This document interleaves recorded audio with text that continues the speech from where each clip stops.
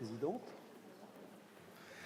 Madame la Présidente, Madame la Ministre, Monsieur le rapporteur, chers collègues, ce texte n'est pas technique, il ne s'impose pas à nous, il faut que cesse la politique du fait accompli. Le projet de loi de fin de gestion qui nous est soumis aujourd'hui a déjà été rejeté par cette Assemblée le 10 novembre. Il nous revient dans une version issue de la commission mixte paritaire, mais il poursuit bien toujours le même objectif, faire avaliser par les parlementaires des annulations de crédits qui aggravent des budgets déjà fortement baissés par le projet de loi de finances.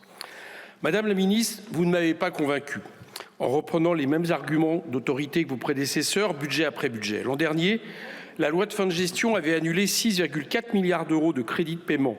Cette année, elle projette d'en annuler 10,3 milliards qui s'ajoutent aux 23,5 milliards d'euros de coupe du budget Bayrou et qui s'ajoutent aux 2,7 milliards annulés par décret en avril, soit 36,5 milliards d'euros de coupe effective pour l'année 2025.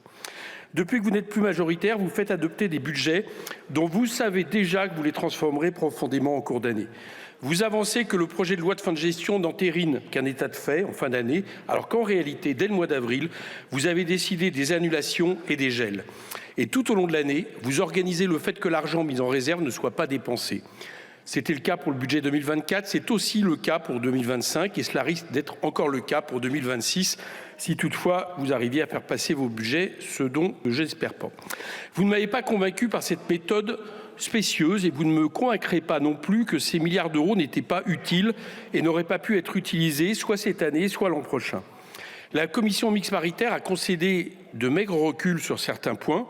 Il ne s'agit là que de quelques dizaines de millions d'euros qui sont sans commune mesure avec les coupes budgétaires et ne changent rien à la dynamique générale de la baisse des budgets à coût de centaines de millions, voire de milliards d'euros. Autrement dit, le compte n'est pas bon. La CMP a concédé 5 milliards d'euros, par exemple, à l'hébergement d'urgence.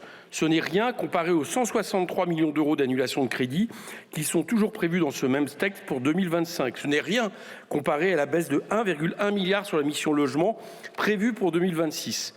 La CMP a concédé 10 millions d'euros à l'aide publique au développement.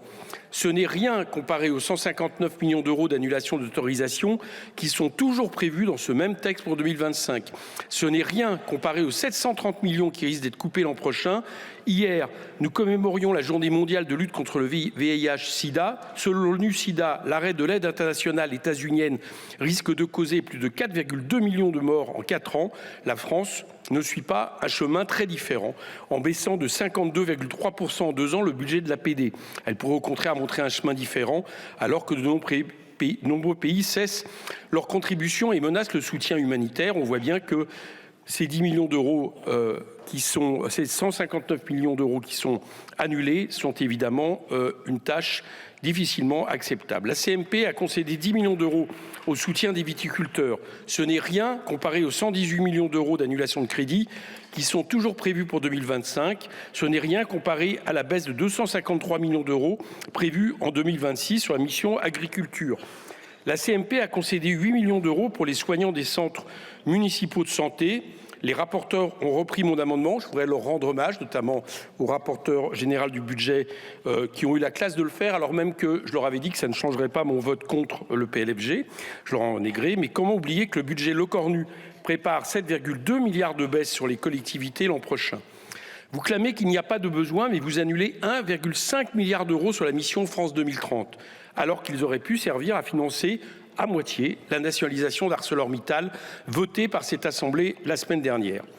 Le gouvernement présente ces annulations de crédit comme des mesures techniques. C'est insuffisant, je ne suis pas convaincu. Qui peut être convaincu par une politique qui aggrave la pauvreté comme nulle part ailleurs en Europe et n'enraye en rien la désindustrialisation? Qui peut être convaincu par une politique qui ampute de moitié la croissance, 0,7% prévu au lieu de 1,4% de croissance spontanée selon le FCE? Un gouvernement minoritaire ne peut imposer tout cela. Il doit rétablir le Parlement dans ses prérogatives. L'exécutif ne peut garder la main sur les budgets en les imposant puis en les aggravant à sa guise par décret pour ensuite faire avaliser par la loi tout en prétextant des mesures techniques. Dans le rapport de la commission d'enquête que j'avais présidé, J'ai d'ailleurs recommandé de réduire à 0,5% le montant cumulé des crédits pouvant être annulés par décret et de conditionner la signature des décrets d'annulation à un avis conforme des commissions des finances. Ce plafond obligerait le gouvernement à déposer un projet de loi de finances rectificatif, ce qui serait évidemment plus démocratique. Cette proposition est entre les mains du gouvernement, toutefois je doute qu'il s'en saisisse, car elle n'a cure que d'une chose, baisser par tous les moyens les dépenses pour éviter que l'on pose la question des recettes. C'est là l'objectif du fatalisme sans alternative, c'est là l'objectif de la politique du fait accompli qui contourne toujours un peu plus la démocratie parlementaire. Je vous remercie.